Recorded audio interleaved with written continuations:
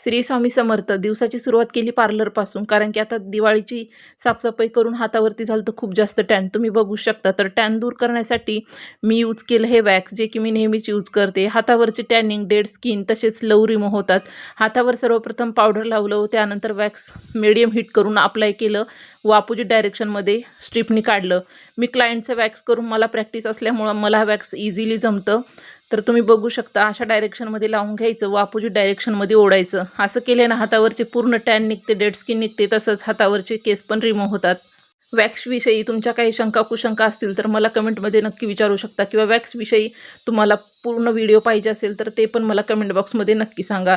अशा पद्धतीने वॅक्स केल्याच्या नंतर हातावरची पूर्ण टॅनिंग दूर होते व हात आपले सुंदर दिसायला लागतात. त्यानंतर आफ्टर वॅक्सिंग जेल अप्लाय करायला कधीही विसरायचं नाही, त्याने हातावरती कुठल्याही प्रकारचं वॅक्सचं रिॲक्शन येत नाही.